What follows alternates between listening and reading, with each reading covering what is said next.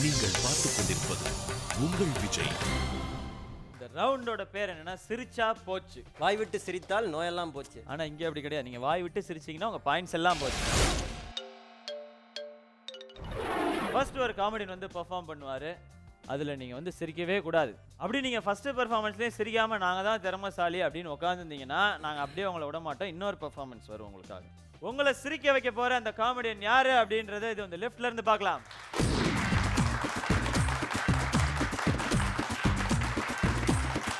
Welcome Rajan, welcome to the show. நீங்க 3 பேரும் தயாரா?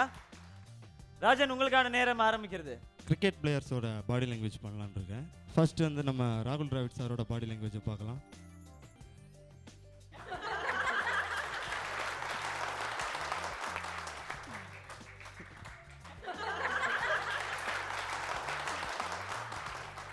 அடுத்ததாக நம்ம சௌரவ் கங்குலி சார்.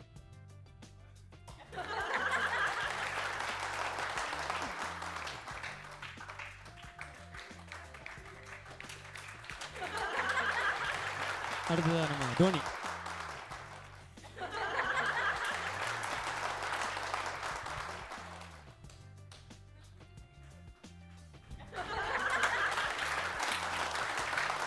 எல்லாருமே வந்து துணிகளை தான் தச்சு பார்த்துருப்போம் ஊசி வச்சு.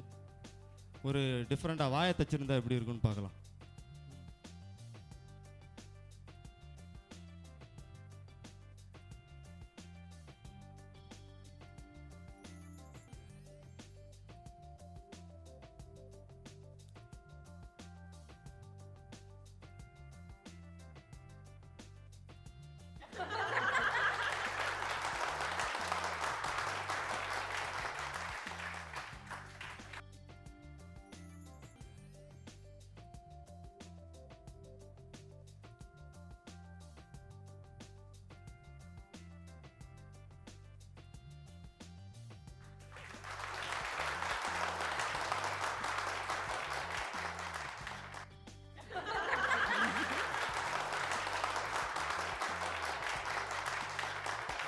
எக்ஸலண்டான பெர்ஃபார்மன்ஸ் ராஜன். இல்லை, உண்மையிலே வந்து ரொம்ப கஷ்டம் இந்த மாதிரி பண்ணுறது. கண்டிப்பாக ஒருத்தருடைய பாடி லாங்குவேஜை வந்து அப்படியே இமிட்டேட் பண்ணி ஸ்டேஜில் பண்ணுறது வந்து, அதுவும் ஒரு டயலாக் இல்லாமல் ஸ்பீச் இல்லாமல் வெறும் மோனோ ஆக்டிங் மாதிரி பண்ணுறது வந்து ரொம்ப சாதாரணமான விஷயம் கிடையாது. கண்டிப்பாகவே அது இந்த மாதிரி எல்லாரும் முறைச்சிட்டு இருக்கும்போது பண்ணுறது இது கூட கஷ்டம். ஏன்னா எதிரில் எப்பயுமே மேடையில் ஏறினோடனே வந்து கைதட்டு கிடைச்சாதான் அடுத்த விஷயம் பண்ண முடியும். கண்டிப்பாக சார். எனர்ஜி. ஏன்னா உங்களுக்கு ஜட்ஜாக 3 பேர் உட்காந்துட்டு எங்கே முன்னாடி நாங்கள் இப்படி 3 உட்காந்துருக்கோம் பண்ணும்போது கொஞ்சம் கஷ்டம் தான். இவங்கள வந்து ஒரு சட்டையே பண்ணாமல் நீங்கள் பாடு பண்ணிட்டு இருந்தீங்க இல்லையா, அதுதான் கிரேட். ஸோ அவங்க 3 பேருமே இந்த கேம் அவங்க ஜெயிக்கணும் அப்படின்ற ஒரு எண்ணத்தில் தான் சிரிக்காமல் இருந்தாங்களே தவிர உண்மையிலேயே நீங்கள் ரொம்பவே எக்ஸலண்ட்டாக பண்ணீங்க. அது அந்த ஆடியன்ஸோட ரெஸ்பான்ஸ்லேருந்தே தெரிஞ்சது இல்லையா audience? Super Rajan, thank you so much. Thank you for excellent performance. Okay, 3 பேருமே இந்த ஃபர்ஸ்ட் பெர்ஃபார்மன்ஸ்க்கு சிரிக்காமல் இருந்துட்டீங்க. உண்மையிலே பயங்கரமான திறமைசாலிகள் தான் நீங்கள். ஆனால் திரும்பவும் உங்களுடைய திறமையை சோதிக்கிறதுக்காக இன்னொரு காமெடி பெர்ஃபார்மன்ஸ் உங்களுக்காக. அந்த காமெடி பெர்ஃபார்மன்ஸை கொடுக்க போகிறது யாரு அப்படின்றத இது லெஃப்ட்ல இருந்து பார்க்கலாம். Welcome to the show mister Meghanathan. வணக்கம். அதாவது என்னன்னு பார்த்தீங்கன்னா, நம்ம சந்தானம் சார் வந்து ஒரு படம் பண்ணுறாரு. அந்த படத்துக்கு நடிக்கிறதுக்காக சான்ஸ் கேட்டு வந்திருக்காங்க. அவங்க கிட்ட ஆடிஷனல் நடக்குது. அது எப்படின்னு ஒரு கான்செப்ட் அப்படியே பாருங்க. ஆமாம், இங்கேயோ வரான்னு சொன்னாங்க, ஒருத்தரை கூட காணமே. நான் உள்ள வரட்டுமா? ஏய் வாடா. டேய் அங்க என்னடா பண்ணின்னுக்குற? இல்லப்பா, நான் ரொம்ப நேரமா மேக்கப் போட்டா தானே அமிதாப் பச்சன் மாதிரி அழகாக முடியும். டேய், நீ எவ்வளோ நேரம் தேய்ச்சி மேக்கப் போட்டாலும் அமிதாப் பச்சலடா, டங்கர் பச்சனாட்டம் கூட வரமாட்டா நாய. சரி வந்த இங்க டயலாக் பேசு பார்க்கலாம். வாழ்க்கை நான் ஒரு வட்டம், அதுல ஜெயிக்கிறவன் தோப்பான், தோக்குறவன் ஜெயிப்பான். அப்படின்னா மேல் பந்தயம் கட்டணும் என்ன ஆவான்? தலையில தொண்டையா போட்டுன்னு போவான். அவன் துண்டை போட்டும் தொப்பி போட்டும்பா. அத பத்தி கவலை கிடையாது. ஆண்டவன் அவன் தலையில இன்னா எழுதுகிறானோ அது படிதான் நடக்கும். டேய், எவனை கேட்டாலும் ஆண்டவன் தலையில எழுதுகிறான்னு சொல்றீங்களே, ஏன் ஒரு பேப்பரும் பேனாவும் கொடுத்தா டீசெண்டா அதில் எழுத மாட்டாரா? அது இல்லைன்னா ஒரு கறிக்கட்டை எடுத்து செவுத்துலயா எழுத மாட்டாரா? சரி வந்த இங்க பாட்டு பாடு பார்க்கலாம். யாருக்காக இது யாருக்காக?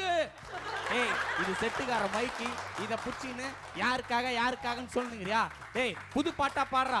ஊ ஐயே ஐயே ஐயே ஐயே ஊ ஐயே ஐயே ஐயே. ஏய் ஆயின்னு சொல்லி செட்டை நாரடிச்சிடாதடா. ஒழுங்கா வெளியில போடா. அடுத்தது யாரு? வாங்க சார், சரத்குமார் சார், நீங்களாவது ஒரு நல்ல பாட்டா பாடுங்களேன். பாட்டு பாடணுமா? நான் நல்லா பாடுவேன். இங்க பாரு, சிக்கு புக்கு ரயில அட கலக்குது பாரு செயல, சிக்கு வாழ மயில. நீ ஓகேனா அடி தூளு. நீ ஜீன்ஸ் மாட்டு போட்டீங்கன்னா நான் பேக் மாட்டு போடுவேன். நீ பேக் மாட்டு போட்டீங்கன்னா அட ஒன்று மேலாலும் 100 போடுவேன். பஞ்சாயத்து பண்ண தான் எனக்கு தெரியும். என்ன போய் பாட்டெல்லாம் பாட சொல்கிறேன். உனக்கு ஏதாவது பிரச்சனைனா சொல்லு. ஆமாம், எனக்கு அப்பாவும் பிடிக்கல அம்மாவும் பிடிக்கல, இதுக்கு ஏதாவது பஞ்சாயத்து பண்ண.